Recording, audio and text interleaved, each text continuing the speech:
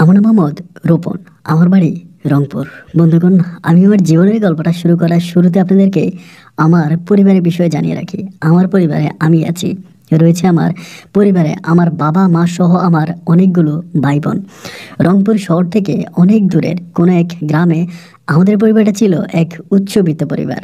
যদিও আমাদের পরিবারটা আমাদের এলাকারই এক উচ্চবিত্ত পরিবার হয়ে থাকে, তবে এই পরিবারের সবচেয়ে দুঃখী মানুষ, সবচেয়ে কষ্টকর মানুষ হচ্ছে আমি। বন্ধুরা, আপনারা শুনলে অবাক হয়ে যাবেন, আমার ছোটবেলার তেমন কোনো স্মৃতি মনে নাই, কিন্তু আমি যখন থেকে বুঝতে শিখি আমি তখন থেকে দেখি আমি এই পরিবারের একজন চাষা। এই পরিবারের আমি মাঠে ঘাটে কাজ করি, পরিবারের মানুষের জন্য মাঠে ফসল ফলাই এবং গরু ছাগল থেকে শুরু করে যত ধরনের কৃষি কাজ আছে এই পরিবারের জন্য আমি কৃষি কাজগুলো করতে থাকি। এই পরিবারের যিনি বড় কর্তা, তিনার নাম হচ্ছে আসলাম শেখ। আমি আসলাম শেখকে বাবা বলে ডাকি, আদৌ আমি জানি না তিনি আমার বাবা কিনা। এবং আসলাম শেখের বউকে আমি মা করে ডাকি। তিনার সন্তানদেরকেও আমি আমার ভাইয়ের মতো করে পরিচয় দিয়ে আসতেছি, কিন্তু আমি বুঝতে পারি আমি আসলে এই পরিবারের কেউই না। একটা পর্যায়ে আমি জানতে পারি আমাকে ছোটবেলায় পালক আনা হয় এবং ছোটবেলায় পালক এনে এই পরিবারে আমাকে বড় করে এবং একটা পর্যায়ে আমি এই পরিবারেই থেকে যাই। কিন্তু পরিবারের মানুষগুলো আমাকে কখনোই আপন করে নিতে পারেনি। তারা যদিও আমাকে আপন ভাবতে পারেনি, তবে আমি তাদেরকে আমার আপন করে নিয়েছি। এমন করে আমার ছোটবেলার দিনগুলো কাটতে থাকে।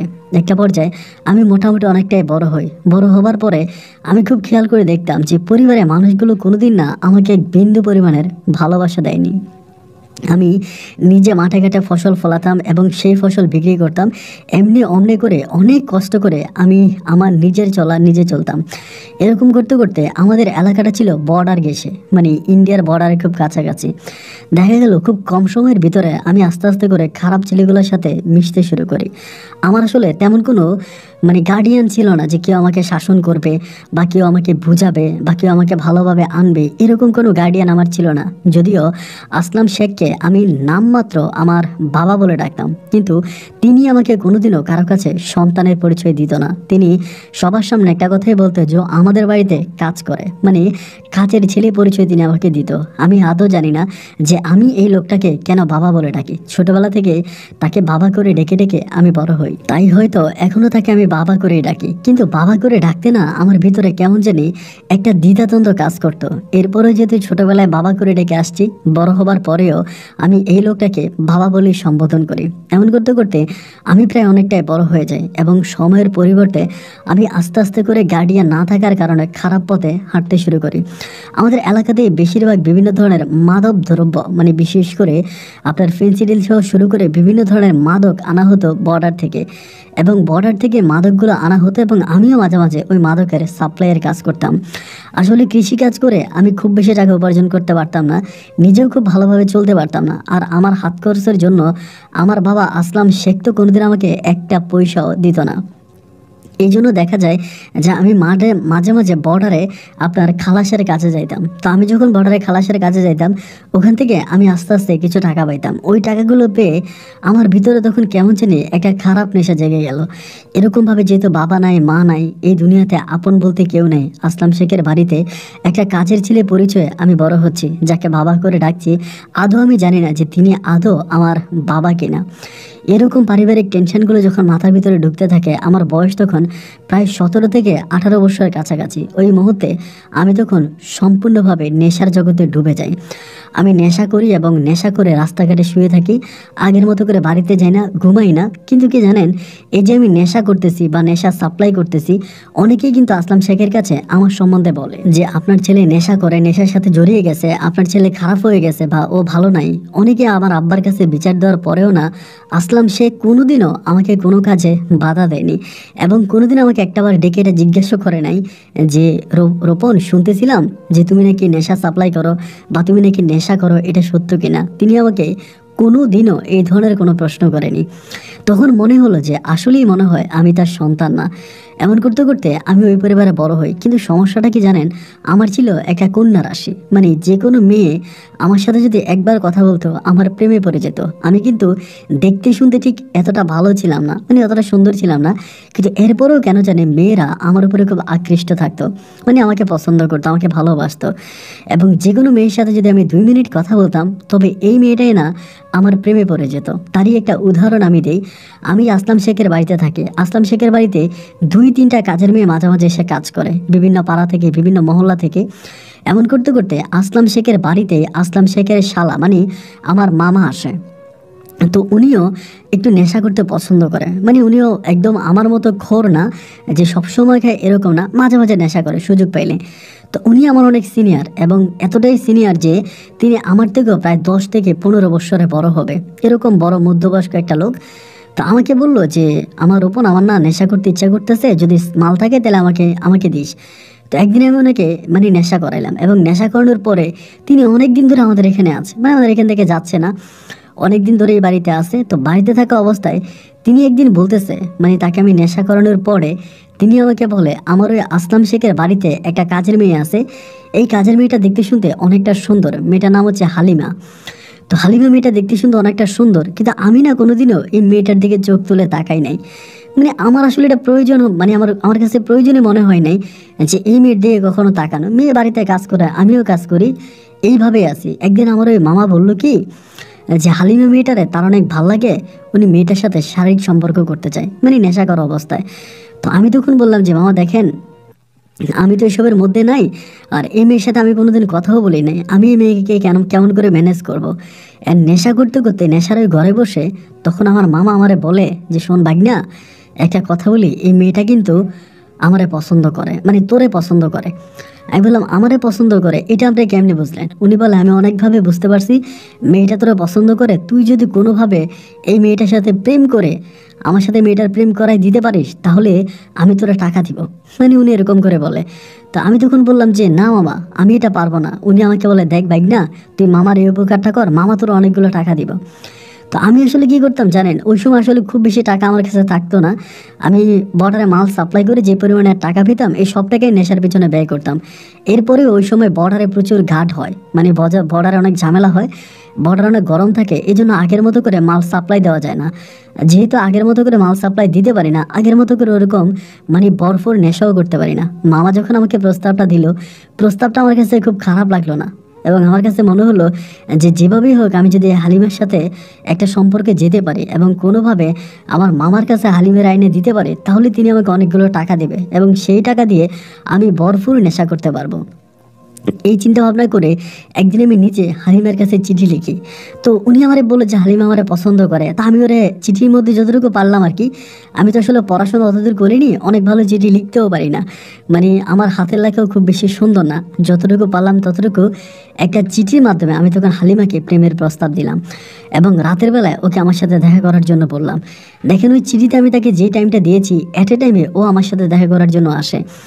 অবাক করার বিষয় হচ্ছে মেয়েটা এসে আমাকে বলে যে আমি না তোমাকে অনেক পছন্দ করি, তোমাকে আমার অনেক ভালো লাগে, কিন্তু আমি এবারের কাজের মেয়ে আর তুমি এবারের ছেলে, এই জন্য তোমাকে প্রস্তাব দিতে আমি ভয় পাচ্ছিলাম, কিন্তু সত্যিকার অর্থে না তোমাকে আমার অনেক ভালো লাগে। হালিমার কথা শুনে আমি ওর মুখের দিকে তাকিয়ে আছি যে আমার এটা কি বলে, আমি এবারের ছেলে, আমি তো আসলে এবারের কেউই না। তো ওর সাথে ওই দিন রাতে আমি অনেকক্ষণ কথাবার্তা বললাম পরে ও তখন চলে গেছে, এবং চলে যাওয়ার পরে আমি তখন মামার সাথে কথা বলি, মানে আমাদের ওই মামা আর কি। তো মামা আরে আমি বললাম যে মামা গতকালকে রাতে আমি চিঠির মাধ্যমে হালিমাকে ডাকছিলাম, এবং হালিমা রাতের বেলা আসছে, আমার সাথে অনেক কথা হয়েছে, আমার কাছে মনে হয় যে হালিমাকে পটাইতে আমার খুব বেশি টাইম লাগবে না, এবং আপনি যদি রাজি খুশি থাকেন তাহলে খুব দ্রুতই আমি হালিমার সাথে আপনাকে মিট করাই দিতে পারবো। তবে বলেন আপনি আমাকে কত টাকা দিবেন? মামা তখন আমাকে বললো তোরা আমি 5,000 টাকা দিব। আমি বললাম 5,000 টাকা অনেক কম হয়ে যায়, এই টাকার মধ্যে হবে না। উনি বলে আচ্ছা ঠিক আছে, যে আমি তোকে 7,000 টাকা দিব, তবে তুই হালিমাকে অমুক জায়গায় এনে দিবি, মানে আমাদের ওই মানে আসলাম শেখের বাড়ির থেকে মোটামুটি একটু দূরে, ওখানে আগে আমাদের মানে গোয়াল ঘর ছিল আর কি, গরু পালতাম। তো এখন আর গরু পালি না, অনেক গরু চড়ে নিয়ে গেছে বা অনেক গরু মারা গেছে, এরপরে গরু পালা বন্ধ করে দিই। উনি আমারে বলে তুই যদি রাতের অন্ধকারে মানে রাত দুপুরে ওরে নিয়ে ওই গোয়ালঘরের কাছে যেতে পারিস বা ওরে নিয়ে গোয়ালঘরের কাছে যাস, তাহলে আমি তোরা টাকা দিব। আমি তখন বললাম ঠিক আছে, আপনি আমাকে অ্যাডভান্স করেন। এরপরে মামা আমার কাছে 2000 টাকা দিল এবং বলল আমি যেদিন ওর ওই গোয়ালঘাটের কাছে নিয়ে যেতে পারবো বা গোয়ালঘাটের কাছে নিয়ে মামাকে দিতে পারবো, মামা ওই দিন আমাকে আরও 5000 টাকা দেবে।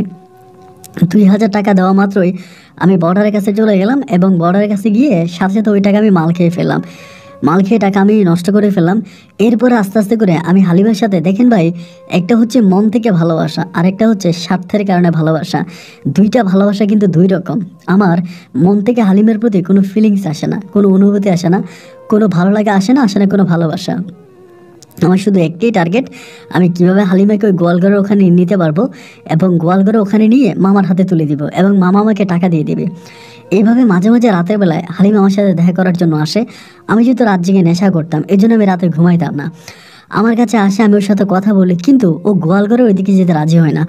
যতই তারে বলি যে হালিমা চলো না গোয়ালঘরের ওইদিকে যাই, আমরা ওইদিকে নীরব একটু গিয়ে বসি, এখানে কথা বলি, কখন আসলাম শেখ দেখে ফেলে, আবার কে নাকি দেখে ফেলে, এতে তো ঝামেলা হয়ে যেতে পারে, তো চলো না আমরা একটু গোয়ালঘরের ওইদিকে যাই। মানে যতই তাকে আমি গোয়ালঘরের ওইদিকে নিতে চাই, ও আসলে ওইদিকে আমার সাথে যেতেই চায় না এবং বললেও রাগ করে যে ওখানে কেন যাব, আমরা বাড়ির পিছনে কথা বলি বা এখানে কথা বলি, ওইখানে কথা বলি, ওই দিকে ওরা কোনোভাবেই নেওয়া যায় না।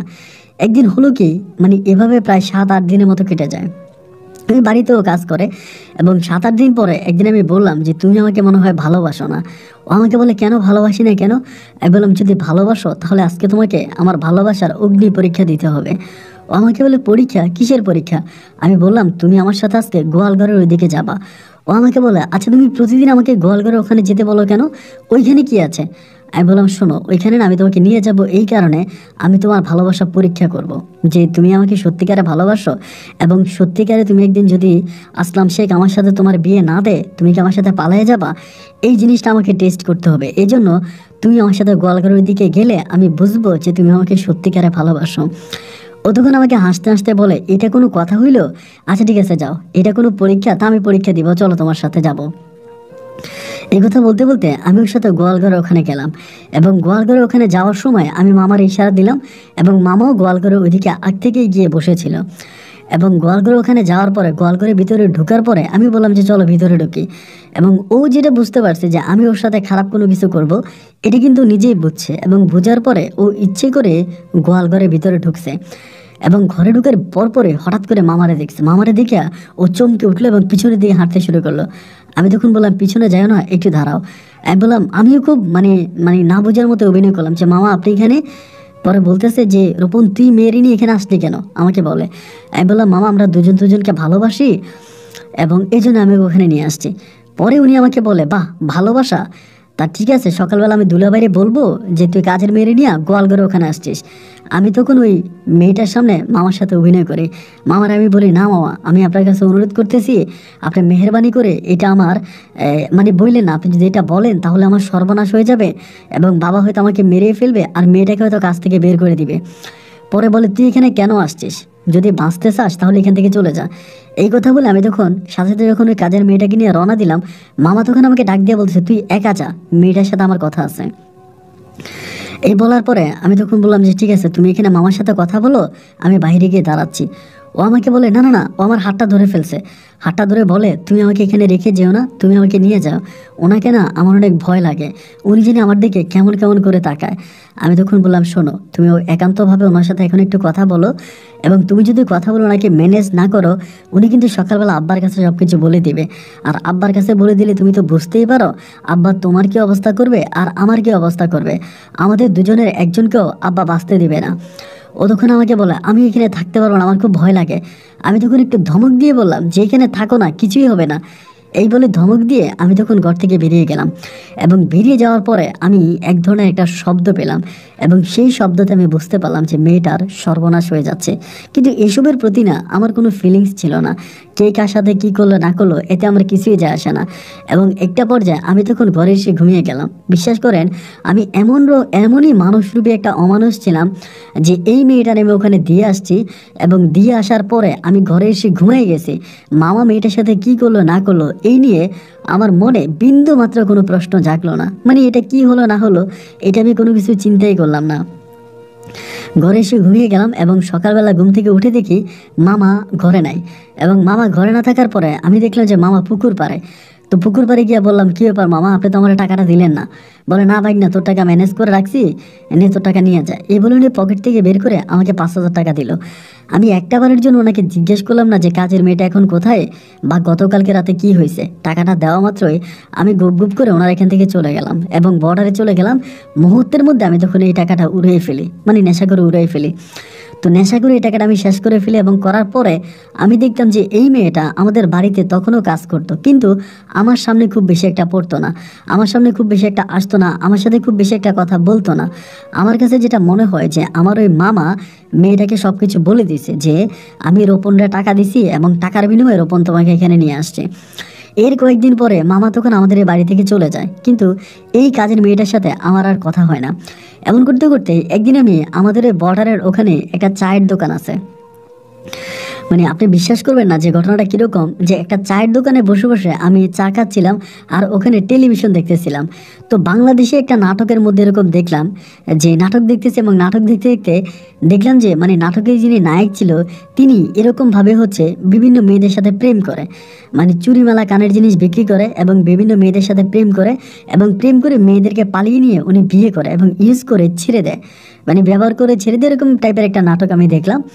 তো নাটকটা দেখার পরে আমার ভিতরে এই জিনিসটা জাগলো যে আমি তো মামারে কোনো না কোনোভাবে মেয়েটার সাথে একটুখানি প্রেম করে, মানে হালিমার সাথে প্রেমের অভিনয় করে হালিমাকে মামার হাতে তুলে দেওয়ার পরে মামা আমারে 7,000 টাকা দিল এবং 7,000 টাকায় আমি ইচ্ছা মতো নেশা করতে পারলাম।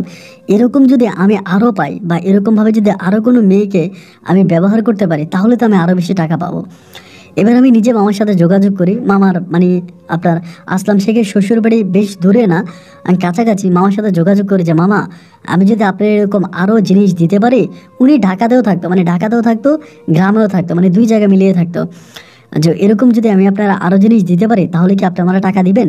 উনি আবার বলে, হ্যাঁ দিব, যদি মেয়ে সুন্দর হয় তাহলে আমি টাকা দিব। আমি বললাম, দেখেন কিন্তু দিবেন তো? বলে, দিব। এমন করে দেখা গেল তারই কয়েকদিন পরে, মানে এই মামার সাথে কথাবার্তা বলার কিছুদিন পরে আমাদের এলাকা থেকে এক লোকে, মানে চুরিমেলা কানের জিনিস বিক্রি করতো, এইরকম একটা লোকের সাথে আমাদের এলাকার একটা মেয়ে পালিয়ে যায়। মানে মেয়েটার সাথে পালিয়ে যায় এবং পালিয়ে যাওয়ার পরে আমি তো একে তো নাটকে এই জিনিসটা দেখলাম এবং বাস্তবে সেরকম একটা ঘটনার সম্মুখীন হলাম। আর মামাও আমারে বললো যে তিনি আমার টাকা দিবে, ওনার ঢাকাতে বাসা আছে, যদি ওই বাসা আমি মেয়ে নিয়ে যেতে পারি তাহলে উনি আমার টাকা দিবে, এটা উনি আমারে বললো। এবং ওনার কথা শুনে আমি তখন, উনি আমাকে ঢাকার ঠিকানা দিল এবং উনি তখন মোবাইল ফোন ব্যবহার করতো, বাট আমার কাছে মোবাইল ফোন ছিল না। তো আমারে বললো, যদি তুই মেয়ে নিয়ে আসতে পারিস তাহলে এই নাম্বারে আমার সাথে যোগাযোগ করবি, আমি সব কিছু রেডি করে রাখবো, আমি তোরে টাকা দিব, মোটামুটি ভালো টাকাই তোরে দিব। তো তখন থেকে না আমি মেয়ে খুঁজতে থাকি, কারণ কোনো একটা মেয়ের সাথে দেখা হইলো আমাদের রংপুরের ওদিকে, মেয়েটার সাথে ভালো করে কথা বলি, প্রেমের অভিনয় করি বা যে কোনোভাবে হোক মেয়েটাকে পটানোর চেষ্টা করি। আমার টার্গেট হচ্ছে কোনো না কোনোভাবে যদি মেয়েরে পটাইতে পারি তাহলে আমি মেয়েরে নিয়ে ওই মামার হাতে তুলে দিব এবং মামার হাতে তুলে দিলে পরে মামা আমার টাকা দিবে। এই টার্গেটে আমি তখন মেয়ে খুঁজতে থাকি, কিন্তু ওভাবে কোনো মেয়ে আমি পাই না। আর তখন কিন্তু বর্ডারে আগের মতো কাজ করতে পারি না।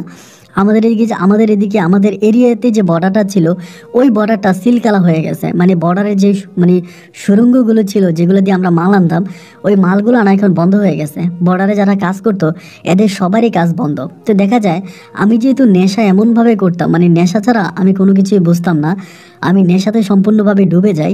তো দেখা যায় যে তখন আমার নেশার টাকাও হয় না।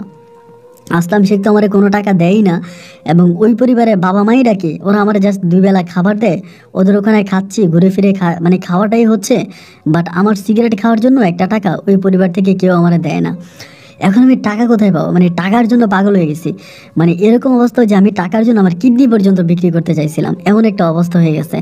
অ্যান্ড একটা পর্যায়ে আমাদের এলাকাতেই এক চুরিমালা কানের জিনিস বিক্রি করে এই লোকটার সাথে আমি তখন সম্পর্ক করলাম।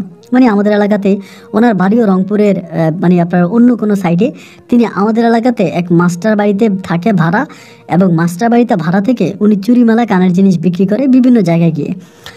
তো এই লোকটারে পাইলাম পরে, এই লোকটারে আমি কন্ট্রাক্ট করলাম, মানে কন্ট্রাক্ট করলাম বলতে এটা ওনারে বললাম যে আমার না একটা সুন্দরী মেয়ের দরকার, আমি বিয়ে করব। তা এরকম কোনো মেয়ে খুঁজে পাই না, আপনার সাথে আমি বিভিন্ন এলাকায় চুরিমালা কানের জিনিস বিক্রি করব, মানে আপনার মালটা আমিও মাঝে মাঝে কাঁধে নিব, আপনিও নেবেন, এরকম করে আমি একটা প্রেম করব বা মেয়ে দেখবো, মেয়ে দেখে আমি বিয়ে করব। তো মাস্টার বাড়ির লোকটা তখন আমারে বলতেছে, আরে ভাই আপনার বাবা হচ্ছে আসলাম শেখ, আপনি শেখ পরিবারের ছেলে, তা আপনার কেন এরকম মানে মেয়ে এরকম খুঁজে বের করে বিয়ে করতে হবে? আপনার বাবাকে বললেই তো আপনার বাবা মেয়ে খুঁজে বের করে আপনাকে বিয়ে করাবে। আমি তখন বললাম যে না, আমার বাবার পছন্দের কোনো মেয়েকে আমি বিয়ে করব না। আমি আগে মেয়েকে দেখব, শুনবো, জানবো এবং মেয়ের সাথে প্রেম ভালোবাসা করব, এরপর আমি বিয়ে করব। আমার বাবা কোনো মেয়েরে পছন্দ করবে এরকম কোনো মেয়ের আমি বিয়ে করব না।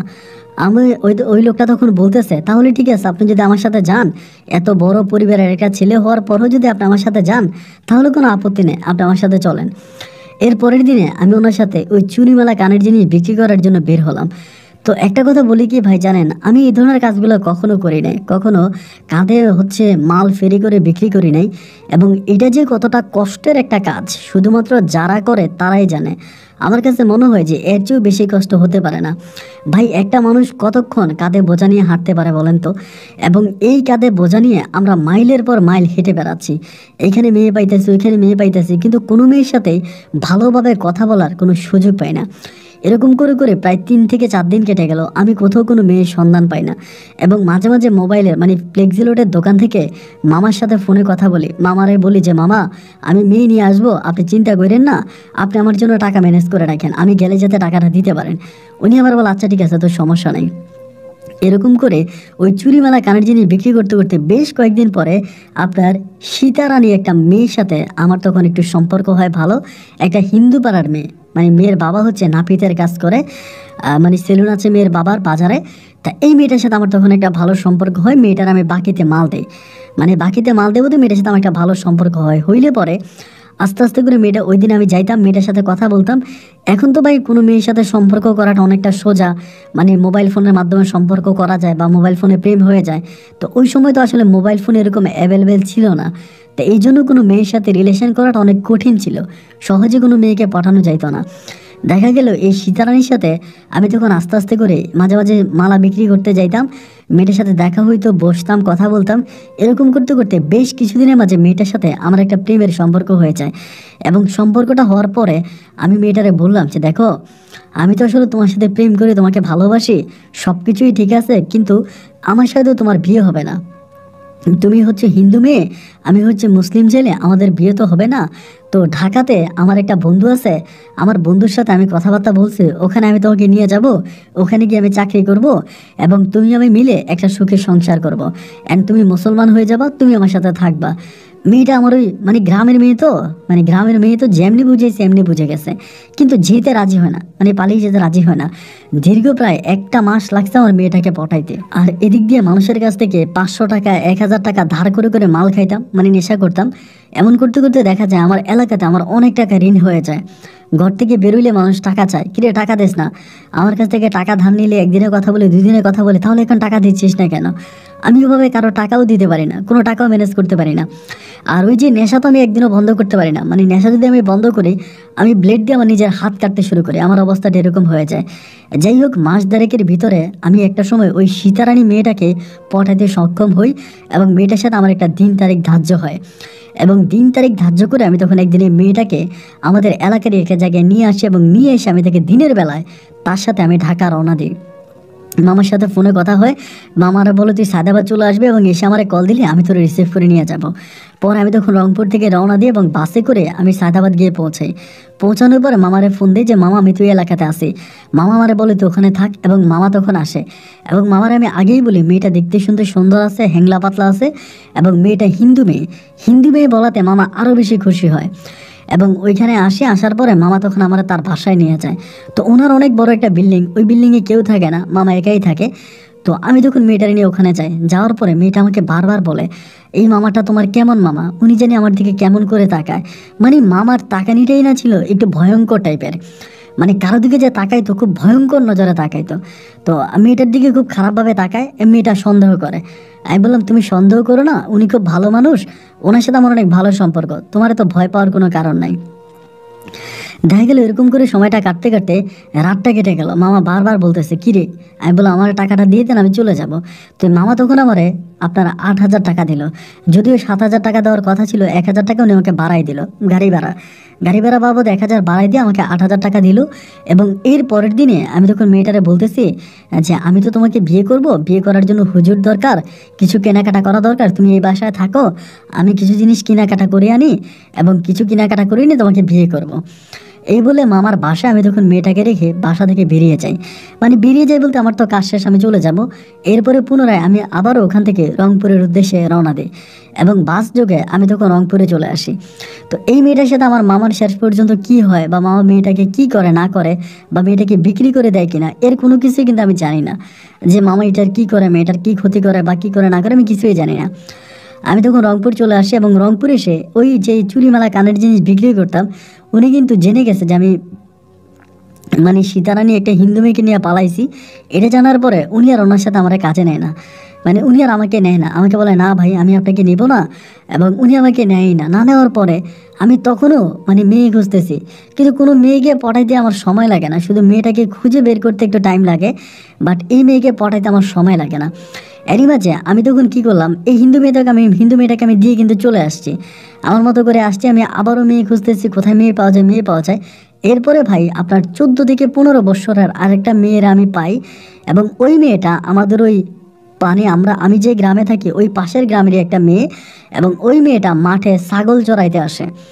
মানে মেয়েটার ছাগল থাকে, বিকেলবেলা ছাগল চড়ানোর জন্য মাঠে আসে, এবং মাঠে আসার পর ওই মেয়েটারে দেখি।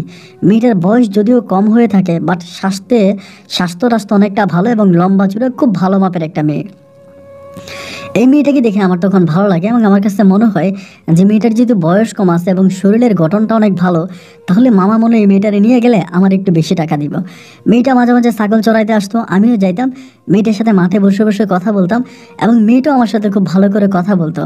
আর মামা যে আমাকে 7,000 টাকা দিছে, 8,000 টাকা দিছে, ওই টাকা কিন্তু আমার 2 দিনের মধ্যেই শেষ। এলাকাতে এসে অনেকেই পুরনো মাল খাইছে, মালের টাকা পাইতো, সবাইকে টাকা টুকে বিলিয়ে দিলাম, এবং সবাইকে টাকা দেওয়ার পরে আমার কাছে আর তেমন কোনো টাকাও রইল না। এরপরে টার্গেট পূরণ করার জন্য আমি তখন উঠে পড়ে লাগলাম। মোবাইল ফোনের মাধ্যমে মামারা ঢাকাতে জানাইলাম যে মামা এরকম একটা জিনিস পাইছি। বয়স কম আছে, কিন্তু বয়স কম থাকলেও না মেয়েটাকে বোঝা যায় না, লম্বা টম্বা আসছে বা শরীরের স্বাস্থ্য অনেকটা ভালো। মামা আমরা বলে তাহলে লেট করিস না, তাড়াতাড়ি নিয়ে আয়, লেট করাটা ঠিক হবে না, নিয়ে আয়। আমি বললাম মামা মেয়ে তো মানে বয়স কম, দেখি পটাইতে পারি কিনা। এইভাবে মামার সাথে ফোনে কথাবার্তা বললাম, এবং ফোনে কথাবার্তা বলে আমি তখন এই মেয়েটাকে পটানোর চেষ্টা করি। মাঝে মাঝে ধরেন মেয়েটার জন্য চিপস কিনে নিয়ে যায়, এটা নিয়ে যায়, ওটা নিয়ে যায়। তো এই মেয়েটা না প্রেম ভালোবাসা বোঝে না, মানে প্রেম কারে বলে বা ভালোবাসা কারে বলে, একটা ছেলের সাথে ভালোবেসে পালিয়ে যাওয়া, এইগুলো বোঝে না। তো আমি তখন চিন্তা করলাম যে এই মেয়েটারে অন্য কোনো একটা ওয়েতে নিতে হবে বা অন্য কোনোভাবে নিতে হবে। একদিন মেয়েটার আমি বললাম তুমি আমার সাথে ঢাকা শহরে যাবা, মানে আমি তো তোমার বন্ধু, তোমার সাথে আমার অনেক ভালো বন্ধু, আমার সাথে ঢাকা শহর যাবা। মেয়ে আমার বলে আমি গেলে আসবো কার সাথে, মানে গ্রামের মেয়ে তো ভাই, খুবই মানে বয়সও কম, মানে ঢাকা যেতে কত সময় লাগে মেয়েটা এটাও জানে না। আমি বললাম আমি তোমার নিয়ে যাব, এবং নিয়ে যাওয়ার পরে আমি তোমাকে দিনে দিনে নিয়ে আসবো, ধরো তুমি সকালবেলা আমার সাথে যদি আসো আমি তোমাকে নিয়ে যাবো, এবং বিকেলের মধ্যে তোমাকে বাড়িতে নিয়ে আসবো। তো ও আমার বলে যদি আমার আম্মা কান্নাকাটি করে, আসতে রাত হয়ে যায়। আমি বললাম না না না, আসতে রাত হবে কেন, রাত হবে না, দিনে নিয়ে যাব, দিনে চলে আসবো। তো মেয়েটা একটা মাদ্রাসায় পড়তো এবং এখন আর পড়াশোনা করে না, ওর বাবা গরিব, মানে মোটামুটি খুবই গরিব ফ্যামিলি একটা মেয়ে, ওই মাঠে ঘাটে থাকে বা মাঠে ঘাটে যে গ্রামের কিছু মেয়ে হয় না, মানে ওই টাইপের আর কি, ওই টাইপের একটা মেয়ে। পরে এইভাবে তার সাথে কথা বলতে বলতে একটা দিন আমি তার সাথে ফিক্সড করলাম যে এই দিন আমি তোমাকে নিয়ে যাব, এবং ওই দিনে সকালবেলা মেয়েটা মোটামুটি রেডি হয়ে আপনার পলিথিনে করে 2 সেট কাপড় নিয়ে আসছে, আমার সাথে যাবে। আমি ওরা ঢাকা শহর নিয়ে যাব, ওইটা কিন্তু কোনো প্রেম ভালোবাসা ছিল না। আমি ওরা নিয়ে ঢাকা শহর রওনা দিলাম। তো যেতে যেতে না রাত হয়ে গেছে, মেয়েটা রাস্তার মধ্যে কান্নাকাটি শুরু করে দিছে, রাত হয়ে গেছে, আমি বাড়ি যাব, আমি এই করবো, আমি সেই করবো, মানে রাস্তার মধ্যে কান্নাকাটি করতেছে। এবং রাস্তার মধ্যে বা গাড়ির মধ্যে যখন কান্নাকাটি করতেছে, অনেকেই বিষয়টা বুঝে গেছে যে আমি মেয়েটাকে নিয়ে পালিয়ে যাচ্ছি। পরে আমি দেখলাম যে না, অবস্থা খুব ভালো না, এবং যখন বাসে যাত্রা বেরোতে দিল, একটা হোটেলে দাঁড়াইলো, তা সব মানুষ তখন আমাকে ডাউট করতেছে যে কি ব্যাপারে মেয়েটা নিয়ে রওনা দিল, এবং মেয়েটা গাড়ির মধ্যে কান্নাকাটি করতেছে যে আমি যাব না, আমি মায়ের কাছে যাব, আমার মায়ের কাছে যাব, আমি আপনার সাথে যাব না। বাসের অনেকেই সন্দেহ করছে। আমার কাছে মনে হয় যে এই যাত্রা বিরতির পরে যদি আমি গাড়িতে উঠি, তাহলেই মানুষ আমাকে ধরে ফেলবে, গাড়ির মধ্যে যারা আছে তারা আমাকে ধরবে এবং ধরে আমাকে মারবে, মেয়ে সম্বন্ধে জানতে চাইবে আর মেয়েটার কোত্থেকে নিয়ে আসছে বা মেয়েটার পরিচয় কি। এই ভয়ে বাস যেখানে যাত্রাবিরতি দিল, ওই যাত্রাবিরতির অবস্থার ভিতরে আমি তখন মেয়েটারে গাড়িতে রেখা মানে ওখান থেকে পালাই গেছি। মানে পালাই গেছি বলতে আরেকটা গাড়িতে উঠে আমি রংপুরের দিকে চলে গেছি, এবং ওই মেয়েটাকে আমি ওইখানে রেখে আসছি। এরপরে এই মেয়েটার সাথে কি হয়েছে না হয়েছে আমি কোনো কিছুই জানি না, তবে এটুকুনি জানতে পারি যে মেয়েটাকে পাওয়া যায় না। মেয়েটাকে পাওয়া যায়নি। এবং আমার যেহেতু পাশের গ্রাম ছিল, অনেকভাবে তারা বিভিন্ন জায়গায় খোঁজাখুঁজি করে বা অনেক মাইকিং করে, কেউ বলে জিনে নিয়ে গেছে, ভূতে নিয়ে গেছে। বেশিরভাগ গ্রামের মানুষ বলে যেহেতু মেয়েটা মাঠে ঘাটে কাজ করতো এবং ওই মাঠে ঘাটে কাজ করার পরিপ্রেক্ষিতে মনে হয় তারা জিনে ভূতে নিয়ে গেছে। এমন করে প্রায় আপনার 2 থেকে আড়াই মাস পরে মেয়েটাকে খুঁজে পায়, এবং 2-2.5 মাস পরে মেয়েটাকে খুঁজে পায়। এবং খুঁজে পাওয়ার পরে মেয়েটা তখন আমার কথা বলে দেয়। অ্যান্ড কীভাবে তারা খুঁজে পায় এটা কিন্তু আমি জানি না। এবং খুঁজে পাওয়ার পরে মেয়েটার তখন আমার কথা বলে দেয়। আমার কথা বলে দিলে পরে তখনই আসলাম শেখের কাছে, আমার বাবার কাছে মেয়ের পরিবার তখন বিচার দেয় যে আপনার ছেলে এমন এমন ভাবে আমার মেয়ের নিয়ে রাস্তায় ছেড়ে দিয়ে চলে আসছে। কেমনে কেমনে মেয়েটার ভাই ঠিকানা তারা পেয়ে যায়, কোন হুজুর দিয়া বা কবিরাজ দিয়া কেমনে কেমনে তাবিজ তুমান করে মেয়েরে খুঁজে পায়। এবার হলো কি, আমার আব্বা তখন আমাকে মানে আসলাম শেখ কোনোদিন তো আমাকে আসলে সন্তানের অধিকার দেয়ই নাই। যখনই কিনা আমার নামে একটা বিচার আসলো এবং দরবার আসলো, এবং দরবার আসার পরে উনি আমাকে কুকুরের মতো পিটাইলো। এবং পিঠে আমারে বলতেছে, তোরা আমি আমার বাড়িতে খাওয়াই না, তুই একটা কোনো কাজ করিস। এবং আগে তো আমার মোটামুটি মানে গরু ছাগলের কাজ কারবার ছিল, এটা করছিস, এখন তুই কোনো কাজই করিস না, সারাদিন ঘরের মধ্যে খাস এবং ওনাদের মেয়ে নিয়ে পালাইলি কেন। মানে মেরে আমাকে একরকম বাড়ি থেকে বের করে দিছে। তো মেরে যখন বাড়ি থেকে বের করে দিছে, এরপরে আমি ওই বর্ডারের দিকে আবারও চলে গেছি। তো বর্ডারে তেমন কোনো কাজ হয় না, এরপরেও টুকিটাকি গরু টরু সাপ্লাই দেওয়া বা গরু পারাপার করা, ওই ধরনের কাজগুলো আমি তখন করি। তো মামা তখন আমার মাঝে মাঝে টাকা দিত, যেহেতু আমি একটা মেয়ে নিয়ে মামারে দিছি, এরপরে আরেকটা মেয়ে নেওয়া মাছ পথে আমি নিতে পারি নাই। তো মামা তখন মনে করে যে না, ভাগ্না তো মাঝে মাঝে আমার মেয়ে দিবে, ওই হিসাবে মামা তখন আমার টাকা দিত। মাঝে মাঝে এমনি এমনি টাকা দিত, বা বাড়িতে আসলে আমি যাইতাম, আমার হাত খরচের টাকা দিত। ওই মামার হাত খরচের টাকা আমি তখন চলতেছি। তো বর্ডারে এরকম মাল সাপ্লাই দিতাম, বর্ডারে এরকম চলাফেরা করতে করতে বর্ডারের বাড়ি মানে ওই বর্ডার এলাকারই আমাদের এলাকারই বর্ডারের একটা মেয়ে জেসমিন নামের একটা মেয়ের সাথে আমার তখন সম্পর্ক হয়। মানে সম্পর্ক হয়ে বলতে আমি মেয়েটার সাথে ভালোবাসার অভিনয় করি, ওই যেটা আসলে মামা শিখিয়ে দিল। একইভাবে মেয়েটার সাথে আমি প্রেমের অভিনয় করি, এবং প্রেমের অভিনয় করে আমি তখন এই মেয়েটার সাথে প্রেম ভালোবাসা করি। এবং প্রেম ভালোবাসা করে মেয়েটাকে আমি একইভাবে পটাই যে আমি তোমাকে ঢাকায় নিয়ে যাব এবং ঢাকায় আমি তোমার সাথে থাকবো, তোমার সাথে আমি এটা করব ওইটা করব। বিভিন্নভাবে মেয়েটাকে আমি নিয়ে যাওয়ার জন্য চেষ্টা করি, কিন্তু কোনোভাবে এই মেয়ে আমার সাথে ঢাকা শহর যেতে রাজি হয় না। আমাকে বলে যে না, আমি যাব না। আমি বললাম চলো আমার সাথে, তুমি ঢাকাতে থাকবা। মেয়ে আমাকে বলে কেন, আপনি আমার আব্বা আম্মার কাছে বিয়ের প্রস্তাব দেন। মানে মেয়েটি একটু পাকনা টাইপের ছিল আর কি, অনেক বড় ছিল। অ্যান্ড আপনি আমার সাথে চলে, আমি আপনার সাথে কেন পালিয়ে যাব? আপনি আমার আব্বা আম্মার কাছে বিয়ের প্রস্তাব দিলে পরেই তো আমার আব্বা আম্মা রাজি হবে, আপনার কাছে আমাকে বিয়ে দেবে, তাহলে আপনার সাথে আমার পালিয়ে যেতে হবে কেন? আমি বললাম চলো পালিয়ে যাই, ঢাকাতে আমরা পালিয়ে বিয়ে শাদী করবো, একসাথে থাকবো। না, মেয়ে আমার সাথে পালিয়ে যাবে না। এবং একটা পর্যায়ে মামারে বললাম যে মামা, মেয়ে তো আমার সাথে দেখা করতেও রাজি, কথা বলতেও রাজি, এবং সব কিছু মেয়ে আমার সাথে ঠিক আছে, কিন্তু মেয়ে আমার সাথে যাবে না। আমি যাওয়ার চেষ্টা করি বা যাওয়ার কথা বলি, মেয়ে আমার সাথে যেতে রাজি হয় না। এমন করতে করতে একটা পর্যায়ে মামা তখন আমারে বললো যে আচ্ছা ঠিক আছে, সমস্যা নাই, মেয়ে কি তোর সাথে রাতের বেলায় দেখা করতে আসে? আমি বললাম হ্যাঁ, আমার সাথে রাতের বেলা দেখা করার জন্য আসে। তো মামা বলে তাহলে কি এরকম কোনো জায়গা আছে যে জায়গার মধ্যে মেয়েটাকে আমি ইউজ করতে পারবো বা খারাপ কাজ করতে পারবো? আমি বললাম মামা, আমি জায়গা ম্যানেজ করবো, সমস্যা নাই, জঙ্গলের ভিতর আমি জায়গা ম্যানেজ করবো, আপনি আসেন। মা বলে জায়গা কিন্তু ভালো হইতে হবে। আমি বললাম না না না, জায়গা ভালো আছে, আপনি কবে আসবেন বলেন। মা বলে তাহলে আমি শুক্রবারে আসবো। তো শুক্রবারে সকাল মানে বৃহস্পতিবারে রাতে মামা আসে, আমি শুক্রবারে সকালবেলা গিয়ে মামারে নিয়ে আসি, আইনা জায়গাটা আগে দেখাই। এবং আমি এটাতে চারপাশে আপনার খড়কোটা দিয়ে একটা ছোট ঘরের মতো করে বানাই, এবং মামারে বললাম যে মামা, এই ঘরে আমি মেয়েরা আইনা দিব, আপনি আগে থেকে থাকেন। তো বর্ডারের পাশের মেয়ে তো, ওদের তো অনেক সাহস, অনেক দুর্দান্ত সাহসী মেয়ে। আমি না ভাই বুঝতে পারিনি যে মেয়েটা এতটা সাহসী হবে। পরে আমি মামারে নিয়ে গেলাম, মামারে নিয়ে মানে রাত্র 10টার দিকে মামারে আমি ওখানে বসাই দিলাম যে মামা, আপনি এখানে বসেন, যেভাবে আপনি হালিমের সাথে করছেন এইভাবে এই মেয়েটার সাথেও করবেন, আমি মেয়েটারে নিয়ে যাব, এরপরে আপনি আমাদেরকে ধরবেন বা ধরে আপনি এটা করবেন। এই বলে আমি তখন এই মামারে ঘরের মধ্যে রাখে এই মেয়েটারে ঘর থেকে ডাইকে আনছি, বা আমার একটা মানে সংকেত থাকে, ওই সংকেত দিলে মেয়েটা ঘর থেকে বের হয়। এবং ঘর থেকে বেরোয়ার পরে আমি তখন এই মেয়েটারে নিয়ে ওই জঙ্গলের ভিতরে ঢুকলাম।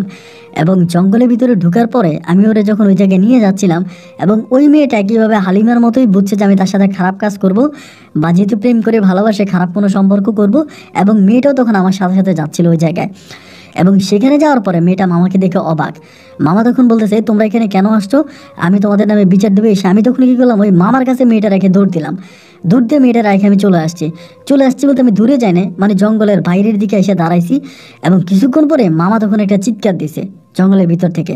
মামা চিৎকার দেওয়ার পরেও কিন্তু আমি জঙ্গলের ভিতরে ঢুকি না। মেয়েটা তখন দৌড়ে মানে বেরিয়ে যাচ্ছে, এবং মেয়েটা দৌড়ে বেরিয়ে যাচ্ছে। আমি তখন দৌড়ে মামার কাছে গেলাম, এবং যাওয়ার পরে দেখলাম যে মামার বুকের মধ্যে মেয়েটা এত জোরে কামড় দিয়েছে, মানে মাংস, মানে আপনি যেটা বলে যে রক্ত বেরিয়ে গেছে, মাংস নড়াচড়া করতেছে, এরকম একটা অবস্থা। আমি কি করলাম, মানে মানে শক্ত করে মামার ওই বুকের মধ্যে ধরলাম, ধরে ওখান থেকে কোনোভাবে আমি মামাকে বের করে মামার ওই বাড়ির দিকে নিয়ে গেলাম। তো মামার ওই বাড়ির দিকে নিয়ে গেলাম। বাড়িতে নিয়ে যাওয়ার পরে মামাকে আমি তখন রাতের বেলায় আপাতত ঘরে রাখলাম। রাখার পরে মামা তখন বললো যে গাছের এটা ওইটা এনে রক্ত বন্ধ করলাম। এন্ড মামা তখন আমাকে বলো, দে ভাই না, তুই আর ওই এলাকাতে যাইস না, ওই বর্ডার এলাকাতে যাইস না। আমি তখন বললাম, কেন মামা? মামা আমারে বলে, এই মেয়েটা অনেক সাহসী একটা মেয়ে, মেয়েটা ভালো না। আর আমি না এই মেয়েকে বলে দিছি যে তোর আমি টাকা দিছি, এবং টাকার বিনিময়ে তুই মেয়েটারে আনছিস। পরে আমি বলি, মামা আপনি এটা কী করলেন? তাহলে তো মামা আপনি আমার অনেক বড় ক্ষতি করে ফেলছেন।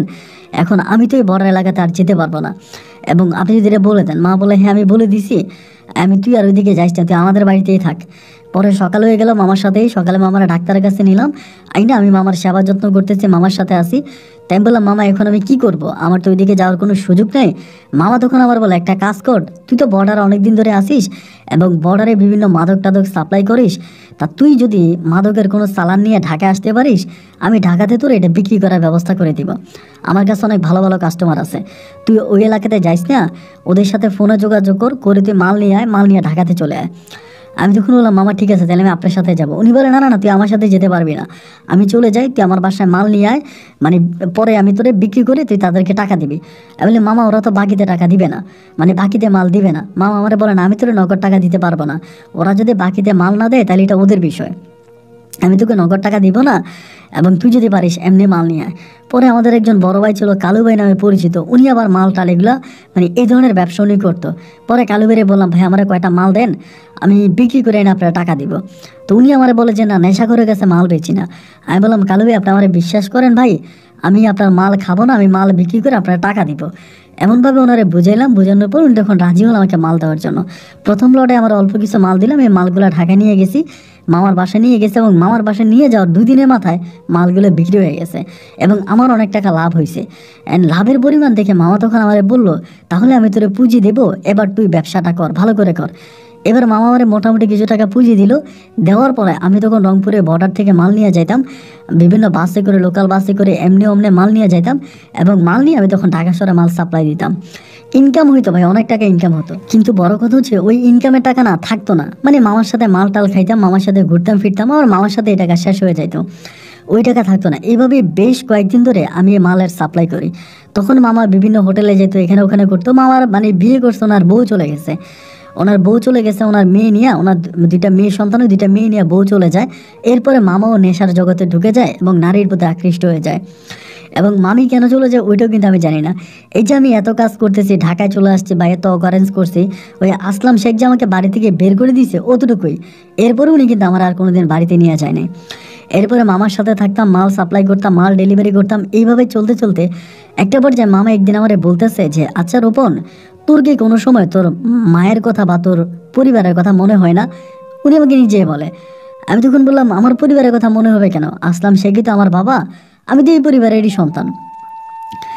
মামা আমারে বলে যে, দেখ ভাগিনা, তোরে দেখলে আমার খুব মায়া লাগে, এবং তুই মানুষটা দেখতে শুনতে অনেকটা ভালো। তুই আসলে যারে বাবা করে ডাকতেছিস আসলাম শেখ কিন্তু তোর বাবা, বাট বাবা হইল না, একটু অন্যরকম বাবা, মানে তুই একটা জারদ সন্তান, বাস্টার্ড যাদেরকে বলে এরকম। আমি, মামা এটা আপনি কী বলেন, আমি জারদ সন্তান, এটি কেমন করে বলতে পারেন? মামা আমারে বলে, শোন, ওই আসলাম শেখের বাড়িতে তোর মা কাজ করতে আসে।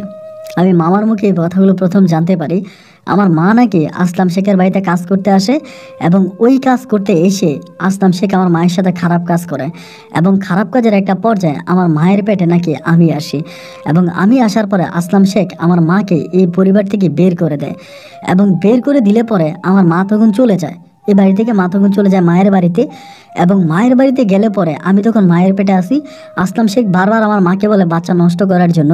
তো এখন তো আসলে বাচ্চা নষ্ট করা অনেকটা সহজ, বা একটা মেডিসিন খেলে বাচ্চা নষ্ট হয়ে যায়, কিন্তু ওই সময় বাচ্চা নষ্ট করাটা এতটা সহজ ছিল না, এত মেডিসিন ছিল না, বা এতভাবে বাচ্চা চাইলেও নষ্ট করা যাইতো না। এবং একটা সময় আমার মায়ের পেটে আমি হই, এবং আমি দুনিয়াতে আসলে পরে সবাই আমার মাকে কলঙ্ক দেয়। আর যার সন্তান হয়েছে, জামাইয়ের মানে স্বামীর পরিচয় নাই, এটা ওইটা বলে আমার মাকে নাকি একগড়া করে দেয়। শুধু একগড়াই করে না, আমার মাকে নাকি গ্রাম থেকে বের করে দেয়। এবং আমার আম্মা তখন আসলাম শেখকে নাকি বলে, এটা তোমার সন্তান, আমি মানুষের কাছে বলে দিব। আসলাম শেখ তখন করে কি, আমার আম্মাকে বলে, তুই কারো কাছে বলিস না, আমি তোর ভরণ পোষণের খরচ দিব, তুই কারো কাছে বলিস না। এরপরে ওই আসলাম শেখ নাকি আমার মাকে আমাদের ওই মানে মোটামুটি শহরের ওইদিকে আমার মাকে একটা বাসা ভাড়া করে দেয়। এবং বাসা ভাড়া করে দিলে পরে ওই আমি যখন দুনিয়াতে আসি, আমার মা আমার সেবা যত্ন করে। আমার মা নাকি তখনও বিভিন্ন বাসায় বাসায় কাজ করতো। এমন করতে করতে আমি মোটামুটি একটু বড় হবার পরে একটা সময় আসলাম শেখ নাকি আমার মাকে বলে, আমি তোর ছেলেরে নিয়ে যাই, এবং আমি তো তোর সাথে সংসার করতে পারবো না, এটা তো সম্ভব না, তুই আমার বাড়িতে কাজের মহিলা ছিলি। আমার আম্মারে কিছু টাকা দিয়ে নাকি আসলাম শেখ আমাকে সম্পূর্ণভাবে তার পরিবারে নিয়ে আসে। এবং তার পরিবারে এনে নাকি সে তার সন্তানাদিদেরকে বলে যে এই ছেলেটাকে আমি পালক আনছি, ছেলেটার বাবা নাই মা নাই, পালক নিয়ে আসছি। এবং ওই আসলাম শেখের বাড়িতে আমি তখন নাকি বড় হই। আর আসলাম শেখকে আমি বাবা করে ডাকি, তার বউকে আমি মা বলে ডাকি। এমন করেই ছোটোবেলা থেকে আসলাম শেখের পরিবারে আমি বড় হই। আমি তখন মামারে জিজ্ঞেস করলাম, মামা আমি তো নেশা করি এবং আমি তো মানুষ ভালো না, আমি তো নষ্ট একটা ছেলে, কিন্তু তারপরেও আজকে আপনার মুখে আমার মায়ের গল্প শুনে না আমার মনটা কেমন জানি মামা ভরে গেল। মনের অজান্তে আমার চোখে জল এসে গেল। আচ্ছা মামা, আমি কি আমার মায়ের কোনো সন্ধান পেতে পারি? আমার মা কোথায় আছে? উনি আমাকে বলে, তোর মা কোথায় আছে এটা আমি জানি না, তবে তোর মায়ের ঠিকানা আমার জানা আছে। তোর মায়ের ঠিকানা আমার জানা আছে। তোর মা ওই গ্রামে একটা গ্রামের নাম বলে এবং আমার নানার নাম বলে। এবং গ্রামের নাম নানার নাম বলার পরে ওই সময় কিন্তু আমার কাছে মোটামুটি টাকা আছে, যেহেতু আমি মাদক সাপ্লাই করি, রংপুর থেকে ঢাকায় নিতেছে মাদক সাপ্লাই করতেছি, মোটামুটি টাকা আছে। আমি তখন করলাম কি, আমার মায়ের সন্ধানের জন্য ওই রংপুরে আমি আবারও গেলাম এবং ওই ঠিকানা অনুসারে আমি ওই বাড়িতে গেলাম। যাওয়ার পরে জানতে পারি আমার নানা নানি দুজনেই মারা গেছে, আমার মামারা আছে, কিন্তু আমার মা সবার বড়। মামারাও আমার মায়ের সাথে কোনো সম্পর্ক নাই এবং মামারাও কোনোদিন আমার খোঁজ খবর নেওয়ার জন্য ওই মানে খান বাড়িতে আসে নাই, পরে মানে শেখ বাড়িতে আসে নাই। পরে আমি বললাম আমার মায়ের কথা, পরে বললাম আমার মা নাকি একটা বাসায় কাজ করে ঢাকাতে। আজকে এতগুলো বছর পর আমি জানতে পারলাম আমার মা ঢাকার একটা বাসায় কাজ করে। আমি তখন ওই মায়ের কাজের বাসার ঠিকানাটা নিলাম এবং ঠিকানা নেওয়ার পরে মা যে বাসায় কাজ করতো আমি ওই বাসার সামনে একদিন দাঁড়িয়ে আছি। দাঁড়িয়ে থাকা অবস্থায় আমি হঠাৎ করে দারোয়ানের কাছে গিয়ে দারোয়ানের সাথে কথাবার্তা বললাম এবং বললাম পরে দারোয়ান বললো যে হ্যাঁ, মহিলাটার নাম বললাম, সুফিয়া ছিল নাম। তো বলে হ্যাঁ, সরি সাফিয়া ছিল নাম। তো বলে সাফিয়া মহিলা এখানে এবার এই বাসায় কাজ করে, আর ঠিক আছে তোমার সাথে দেখা করাই দিব। পরে এই প্রথম আমি বিকেল আনুমানিক 4:30টার দিকে আমার মাকে সর্বপ্রথম আমি দেখতে পাই এবং মায়ের মুখের দিকে তাকিয়েই না আমার চোখ দুটো জলে ভরে গেল। আমি খারাপ ছেলে, নেশা করা ছাড়া 1 মিনিটও থাকতে পারি না। এরপরও না মায়ের মুখের দিকে তাকিয়ে মনের অজান্তে আমার চোখ দুটো জলে ভিজে গেল। মামার মুখে তো শুনেছিলাম আমার মা খারাপ টাইপের একটা মহিলা। আমার মা বিয়ে ছাড়াই আসলাম শেখের সাথে খারাপ কাজ করেছে, আমাকে জন্ম দিয়েছে এবং একটা সময় আসলাম শেখের কাছে আমাকে দিয়ে আমার মা রাজধানী শহর ঢাকাতে চলে আসে। মায়ের কাছে যাওয়ার পরে না মা না তার সন্তানকে চিনতে ভুল করে নাই। আমাকে দেখা মাত্রই মা কান্না করে দিল। আমি বললাম, তুমি আমাকে চিনতে পারছো? আমাকে বুকে জড়াই ধরে বলে, মা হয়ে তার সন্তানকে চিনতে পারবো না?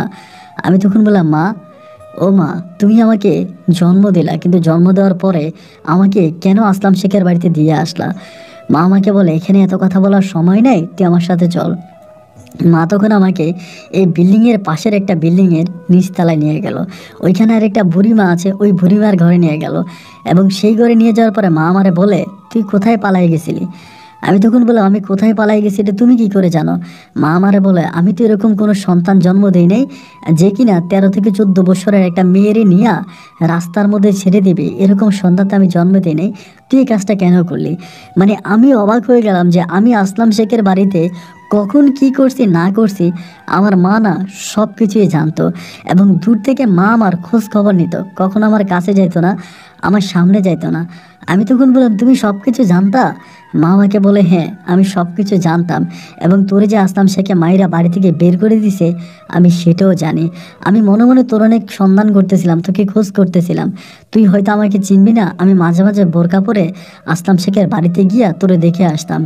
আমি বললাম, মা গো, আসলাম শেখের সাথে যে তোমার বিয়ে হয়েছে, কোনো কাবিন হয় নাই?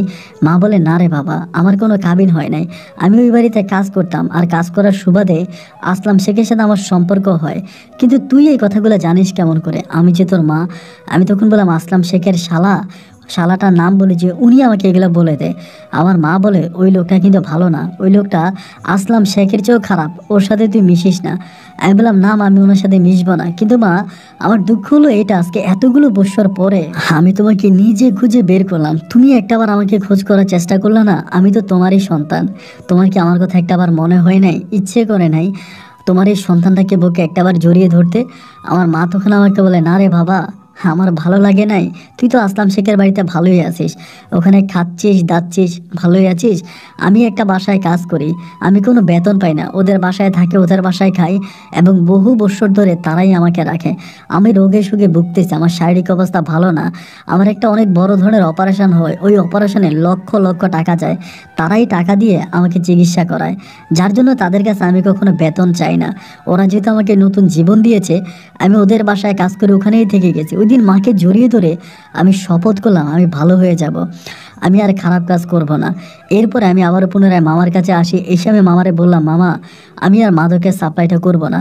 মামা আমারে বলে কেন, তোর হঠাৎ করে এমন কি হলো, যদি মাদক সাপ্লাই করা ছেড়ে দিবি? আমি বললাম না মামা, আমার আর মাদক সাপ্লাই করতে ভালো লাগে না, আমি মাদকের ওই সাপ্লাইটা বন্ধ করে দিব। মাদকের সাপ্লাইটা বন্ধ করে দিলাম, এবং মাদকের সাপ্লাইটা বন্ধ করে দিয়ে পরে আমি তখন আমার মায়ের সাথে থাকতে শুরু করলাম বলতে, আমার মা যে বুড়িমার ঘরে যেত, ওই বুড়িমার ঘরে আমি থাকতাম। মা আসতো, আমার সাথে দেখা করতো, কথা বলতো, এরকম করে করে আমি প্রায় 3 মাসের মতো মায়ের সাথে ওখানে থাকি। 3 মাস পরে আমার মা একদিন তৃষা নামের একটা মেয়েরে আমার কাছে নিয়ে আসে। ওই মেয়েটাও সম্ভবত কোথাও না কোথাও কাজ করে, কিন্তু গরিবের মেয়ে, তৃষা নামের একটা মেয়েরে আনার পরে আমার মা আমারে বলে এই মেয়েটাকে তোর কেমন লাগে? আমি তখন বললাম মেয়ে তো ভালোই, দেখতে শুনতে ভালো, সুন্দর আছে, আসলেই কিন্তু সুন্দরী। আমার মা আমারে বলে আমি এই মেয়েটাকে তোকে বিয়ে করাবো। তো আমি তখন হাসলাম যে আমি বিয়ে করব? আসলে আমার জীবনে বিয়ে নামক শব্দটা কখনো আসবে আমি চিন্তাও করতে পারি নাই। মা আমারে বলে আমি এই মেয়েটাকে তোকে বিয়ে করাবো, তুই কি এই মেয়েটাকে বিয়ে করবি? তো আমি বললাম এই মেয়েটা কে মা? বলে মেয়েটা তোর মতোই এতে, মেয়েটার বাবাও নাই মাও নাই, মেয়েটার ছোটোবেলা থেকে আমিই দেখাশোনা করতাম, আমি তারে রাখতাম, মাঝে মাঝে আমার কাছে আসতো, একটা বাসায় কাজ করে। এখন তুই যদি বলস আমি এই মেয়েটাকে তোর কাছে বিয়ে দিব। আমি তখন বললাম মা আমার তো বিয়ে করার ইচ্ছা নাই, ঠিক আছে তারপরেও যদি তুমি দাও আমি বিয়ে করব।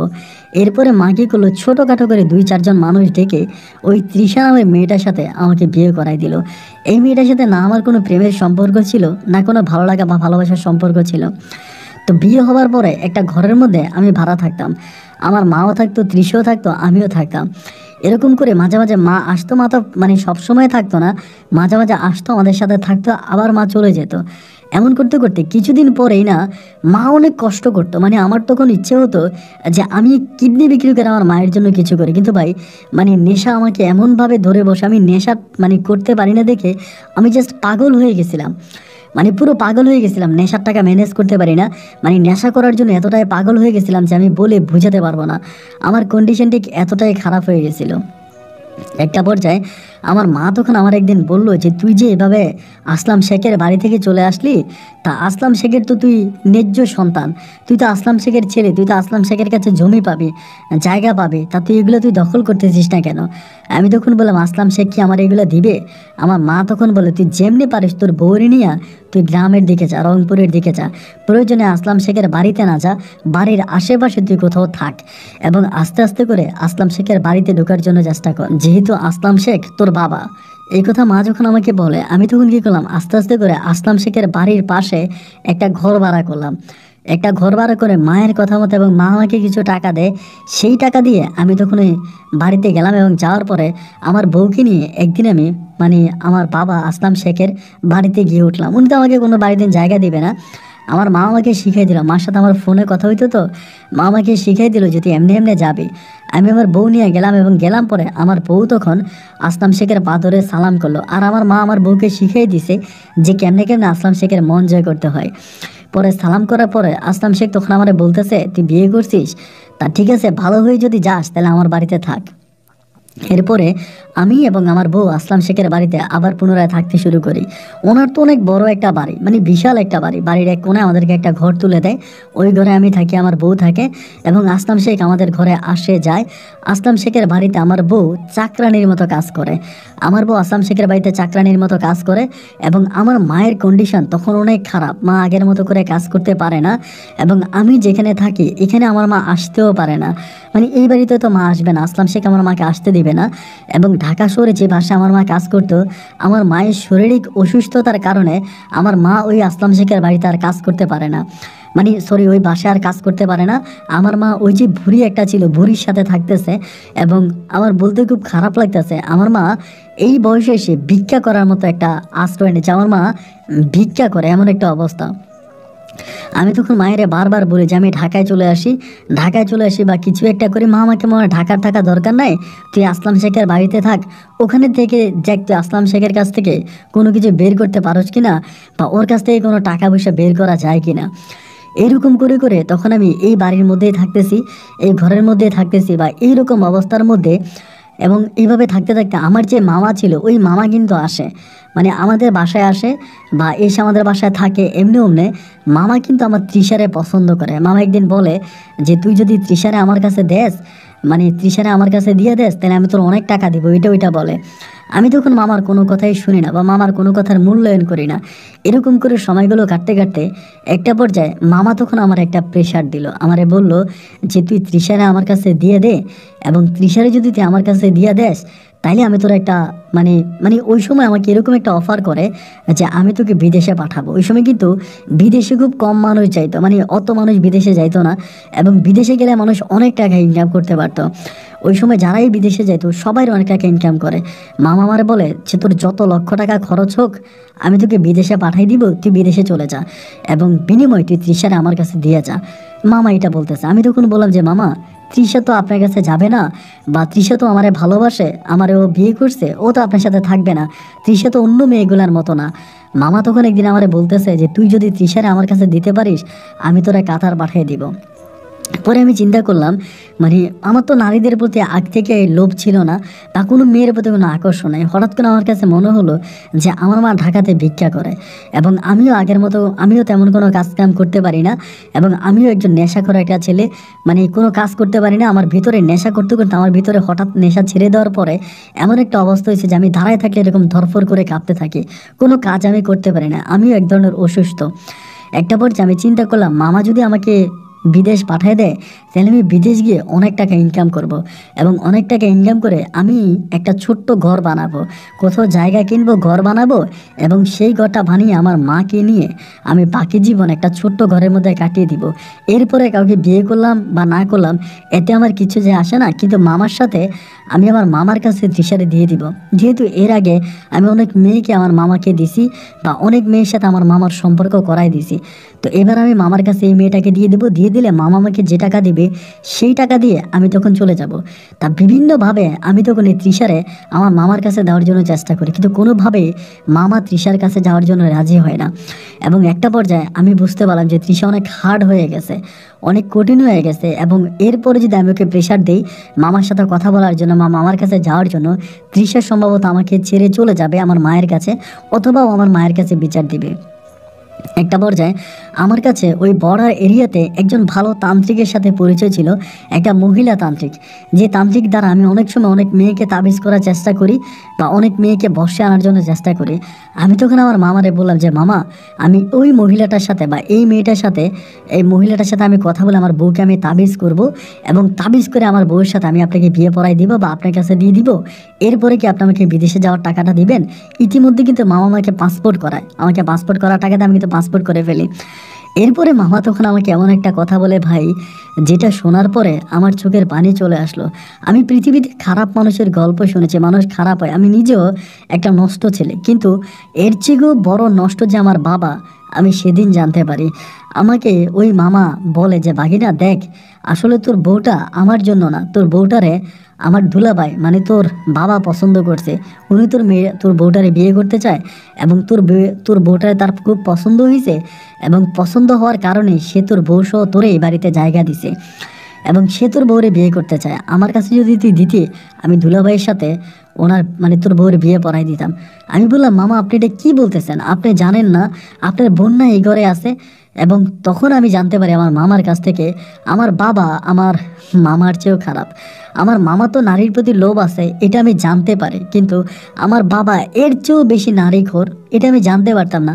আমার বাবা এর চেয়েও বেশি নারীর প্রতি আকৃষ্ট। তো আমার ভাই কোনো মেয়ের প্রতি কোনো টান ভালোবাসা ছিল না। আমার বাবা নিয়ে যাক বা আমার মামা নিয়ে যাক, কে নিয়ে যাক, এইটা আমার জানার বিষয় না। এবং আমি বললাম যে যেই নিয়ে যাক, শুধু আমাকে বিদেশ পার করে দিতে পারলেই হবে। উনি আমাকে বলে, দেখ তোর পাসপোর্ট জমা দিয়ে দিছি, তোর পাসপোর্টে ভিসা লেগে যাবে, বেশি দিন টাইম লাগবে না। এরই মাঝে তুই দুলাভাইয়ের সাথে তোর বউয়ের বিয়ে পড়াই দে। দুলাভাই শেষ বয়সে তোর বউর সাথে কাটাইতে চায় বা থাকতে চায়, উনি তোর বউরে আলাদা রাখবে, গ্রামেও রাখবে না, শহরে ভাড়া করে রাখবে, ওখানে তোর বউয়ের সাথে থাকবে। তো তৃষা তো রাজি হবে না, সহজে তৃষা রাজি হবে না, তৃষা এই কাজ কখনোই করবে না।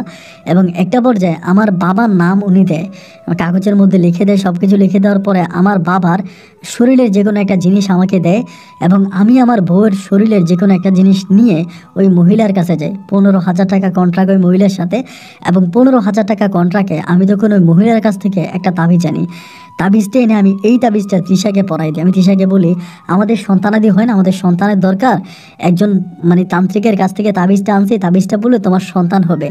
এই সন্তান হবার কথা বলে বাম হাতে আমি তখন তৃষাকে তাবিজটা পরাই দিই। কিন্তু ওই তাবিজটা ছিল মূলত আমার বাবার প্রতি তৃষাকে আকর্ষিত করা। এবং কিছুদিনের মধ্যে না তৃষা একটু পাগল টাইপের হয়ে যায়, মানে ওর ভিতরে ওর কোনো ফিলিংস থাকে না। ওর বারবার আমার আব্বার কথা জিজ্ঞেস করে, আসলাম শেখ কোথায়, আসলাম শেখ কোথায়, মানে কেমন করে জানি একটু পাগল হয়ে যায়। শুধু একটু না, মনে হয় সম্পূর্ণভাবে পাগল হয়ে যায়। এবং সম্পূর্ণভাবে পাগল হয়ে যাওয়ার পরে তৃষাকে তখন আমি শহরের বাড়িতে, আমাদের ওইদিকে একটা ঘর ভাড়া করি, ঘর ভাড়া করে ওখানে আমি রাখি। আমি জানি আমার বাবা আসলাম শেখ মাঝে মাঝে ওই ঘরে যায় আসে। এমন করতে করতে তারা তখন আমার বিদেশের ভিসা প্রসেস করে, এবং বিদেশের ভিসা যখন প্রসেস হয়, আলহামদুলিল্লাহ আমি একটা সময় কাতারে চলে যাই। ওই সময় আমাদের এলাকাতে মানে আমাদের ওই থানাতে মনে হয় কোনো লোক কাতারে যায় নাই। ওই মতোতে আমি তখন কাতারে যাই, এবং কাতারে যাওয়ার পরে একটা শেখের বাড়িতে আমি তখন গার্ডেনে চাকরি করি। আলহামদুলিল্লাহ ভাই, অনেক বেশি টাকা বেতন পাইতাম। এবং সেখানে যাওয়ার পরে আমি নেশা ছেড়ে দিয়েছি, কোনো নেশা করি না, ভালোভাবেই থাকি। 8 থেকে 10 দিন আমি ওখানে কাজ করি, খুব ভালোভাবে আসি, থাকতেছি, চলতেছি, ফিরতেছি, খাইতেছি। এরকম করতে করতে মানে আপনার প্রায় 2 মাসের মতো থাকি, 2 থেকে 3 মাস। এরই মাঝে আমি আমার আব্বার কোনো খবর নিই না, বাংলাদেশে আমার আব্বা কী করছে বা তৃষা কোথায় আছে এর কোনো খবর নিই না। শুধু মাঝে মাঝে আমি আমার মাকে ফোন দিতাম, মা তৃষার কথা জিজ্ঞেস করতো। জিজ্ঞেস করলে আমি মারে বলতাম যে তৃষারে আমি ঘর ভাড়া রেখে দিছি, তৃষা ভালো আছে। আমি এটা বলতাম, মা আমাকে বলে আমার কাছে আর নেই না কেন, আমার কাছে দিয়ে যেতে। আমি বললাম, না তোমার কাছে দিয়ে যাব না, এইখানে থাকুক, আমার আব্বা ওর দেখাশোনা করতেছে, আব্বা আছে বা আমার মা আছে, মামারা আছে, সবার কাছেও থাকুক, তোমার কাছে কেন থাকবে, এইগুলো বলে আমি মাকে বুঝ দিতাম। এইভাবে 4 মাস, 4 থেকে 5 মাস আমি তখন কাতারে থাকি, এবং 4-5 মাসে আমি অনেক টাকা পাই। হঠাৎ করে একজন বাঙালি ভাইয়ের সাথে আমার পরিচয় হয়, যার নাম হচ্ছে সাইফুল, ওনার বাড়িও রংপুরে। তো একদিন উনি আমার বলে উনি আমাকে ড্রাইভিং শেখাবে। এইটা কাতারে যাওয়ার আমার 5 মাসের পরের কথা বলতেছি। উনি আমাকে বলে ড্রাইভিং শেখাবে। তো ড্রাইভিং শেখানোর কথা বলে উনি আমাকে গাড়িতে উঠায়, আমাকে ড্রাইভিং শেখাবে। তো এই বলে উনি আমাকে গাড়ি চালানো শেখায়। 3 দিন 4 দিন ওনার সাথে আমি গাড়ি চালানো শিখি, এবং একদিন আমি নিজে সাহস করে গাড়ি নিয়ে বেরিয়ে যাই। তখন কিন্তু আমি মোটামুটি একটু চালাইতে পারতাম, বাট অত ভাবে না। এবং এই গাড়িটা নিয়ে বের হয়ে যাওয়ার পরেই ভাই আমি রাস্তার মধ্যে মারাত্মকভাবে গাড়ি অ্যাক্সিডেন্ট করি, মারাত্মকভাবে গাড়ি অ্যাক্সিডেন্ট করি। এবং খুবভাবে হচ্ছে গাড়ি আমি আরেকটা লরির সাথে, আপনার যে বড় যে পিক আপগুলো হয় না, এইগুলোর সামনে, বড় লরিগুলোর সামনে গাড়ি অ্যাক্সিডেন্ট করি। এবং অ্যাক্সিডেন্ট হওয়ার পরে আমার কোনো সেন্স নাই, মানে আমি সম্পূর্ণভাবে সেন্স হারাই ফেলি। আমাকে হসপিটালে ভর্তি করানো হয়। আমার যখন জ্ঞান ফিরে আমি দেখতে পাই যে আমার একটা পা টোটালি নাই, একটা পা টোটালি নাই, এবং একটা হাত টোটালি নাই, একটা পা নাই এবং একটা হাত নাই। মানে আমি মানে এমন অবস্থা হয়ে যায় যে এটা ছিল সম্পূর্ণ আমার অন্যায় বা আমার অপরাধ। এই জন্য সরকারের তরফ থেকেও আমাকে কোনো টাকা দেওয়া হয়নি। আমার যিনি কফিল ছিল, যিনি আমার স্পন্সর ছিল, তিনি আমাকে প্রায় 4 মাসের মতো হসপিটালে ভর্তি করায় রাখে, এবং এই 4 মাস আমার সম্পূর্ণ চিকিৎসার খরচ উনি দেয়। আমি কথা বলতে পারতাম না, মানে আমি কথা বলার মতো কোনো ইয়ে ছিল না। আমি একরকম আইসিইউর মধ্যে ছিলাম, মানে আমি একদম মানে মৃত্যুর কোল থেকে ফিরে আসছি, মানে মৃত্যুর কাছেই ছিলাম। ওখান থেকে আমি কোনো না কোনোভাবে আস্তে আস্তে আস্তে আস্তে করে আল্লাহর অশেষ রহমতে আমি একটু সুস্থ হই। একটু সুস্থ হওয়ার পরে আমি তখন মানে প্রায় 4 মাসের মতো হসপিটাল থেকে আসার পর আমি কথা বলতে পারতাম না। আমার এক হাত এক পা এবং আমার মুখের একটা অংশ সম্পূর্ণ নষ্ট হয়ে গেছে। কথা বলতে গেলে আমার কথা আমি ক্লিয়ার বলতে পারতাম না, যদিও বাংলাদেশে ফোন করতাম কথা বলার জন্য, বাট আমি কথা বলতে পারতাম না। আমার মা তখন জানতে পারছে যে আমি সৌদি আরবে আসছি, আরে আমি কাতারে আসি, ওখানে আমি গাড়ি অ্যাক্সিডেন্ট করছি। 6 মাস আমি ওখানে চাকরি করি, 6 মাসে যেই টাকা পাই আমার মালিক আমাকে আর তেমন কিছু টাকা দেয়নি, কোনো টাকাই দেয়নি সোজা কথা যেটা। উনি জাস্ট আমাকে টিকিট কেটে পঙ্গুত্ব অবস্থায় আমাকে তখন কাতার থেকে বাংলাদেশে পাঠায়। আমি কাতার থেকে বাংলাদেশে আসি এবং বাংলাদেশে আসার পরে মানে যতটুকু আমার কাছে ছিল ওই টাকা দিয়ে আমি তখন আমার বাড়িতে যাই, রংপুরে যাই। এবং রংপুরে যাওয়ার পরে আমার আব্বা আমাকে কোনো আশ্রয় দেয় না, মানে আব্বা কোনো আশ্রয় দেয় না, আব্বার কাছে আমাকে যেতেও দেয় না, আব্বার কাছে আমাকে থাকতেও দেয় না। আমাকে বাড়ি থেকে ওই পঙ্গুত্ব অবস্থা আব্বা বের করে দেয়। এবং আমার ওই প্রতারক মামা কোথায় আছে এটা আমি জানি না। এবং এরপরে আমি আমার মায়ের সাথে যোগাযোগ করে বাংলাদেশে আসার পরে মা আমাকে তখন মায়ের বাড়িতে নিয়ে যায়, মায়ের বাসায় নিয়ে যায়। আমি তখন আমার মায়ের কাছে যাই এবং মায়ের কাছে যাওয়ার পরে যেটা দেখি, আল্লাহ মনে হয় এই জিনিসটা দেখানোর আগে আমার মরণ কেন দিলেন আমি বুঝতে পারি নাই। আমি আমার মায়ের বাসায় যাওয়ার পর দেখতে পাই যে তৃষা আমার মায়ের সাথে আছে। শুধু আমার মায়ের সাথে নাই, আমার মায়ের ওষুধ বড়ি থেকে শুরু করে আমার মায়ের সব কিছু তৃষা বহন করে। এবং তৃষা আমার মাকে খাওয়া দাওয়া করে, তৃষা একটা গার্মেন্টসে চাকরি করে এবং গার্মেন্টসে চাকরি করে তৃষা আমার মায়ের দেখাশোনা করে। আমি কয়েকদিন ধরে বাড়িতে থাকি এবং থাকার পরে একটা সময় আমি তৃষাকে জিজ্ঞেস করি যে তৃষা, মানে তুমি কি আমার মায়ের কাছে কিছু বলছিলা তোমার সম্বন্ধে, বা আমি তোমাকে কি করছি না করছি, রংপুরে তোমার সাথে আমার কি হয়েছে? ও আমাকে বলে আমি মাকে কিছু বলি নাই এবং তুমিও মাকে কিছু বইল না। আমি জানি তুমি বুড়ির কাছ থেকে আমাকে তাবিজ এনে দিছ যাতে আমি তোমার আব্বার প্রেমে পড়ি, যাতে আমি তোমার আব্বার সাথে রিলেশন করি। তুমি এটা করে আমার মাথা খারাপ করে দিছ, আমি সব কিছু জানতে পারছি। আমি বললাম তুমি এগুলো কার কাছ থেকে জানলা, কে তোমাকে এগুলো বললো? ও আমাকে বললে আমি যার কাছেই হোক জানতে পারছি, তবে তুমি আমার সাথে এই কাজটা করছো। যাই হোক তুমি আমাকে কষ্ট দিয়েছো, তুমি আমার স্বামী, তোমার উপর আমার কোনো অভিযোগ নাই। এবং আমি বললাম যে আমি তোর পা ধরে ক্ষমা চাইলাম যে তুমি আমাকে মাফ করে দাও, দেখো আমি তোমার উপর অন্যায় করেছি, আল্লাহ আমাকে অন্যায় শাস্তি দিয়েছে। ও আমাকে বলে তুমি টেনশন করো না, আমি যতদিন বেঁচে আছি ততদিন তুমি আর মা না খেয়ে থাকবা না।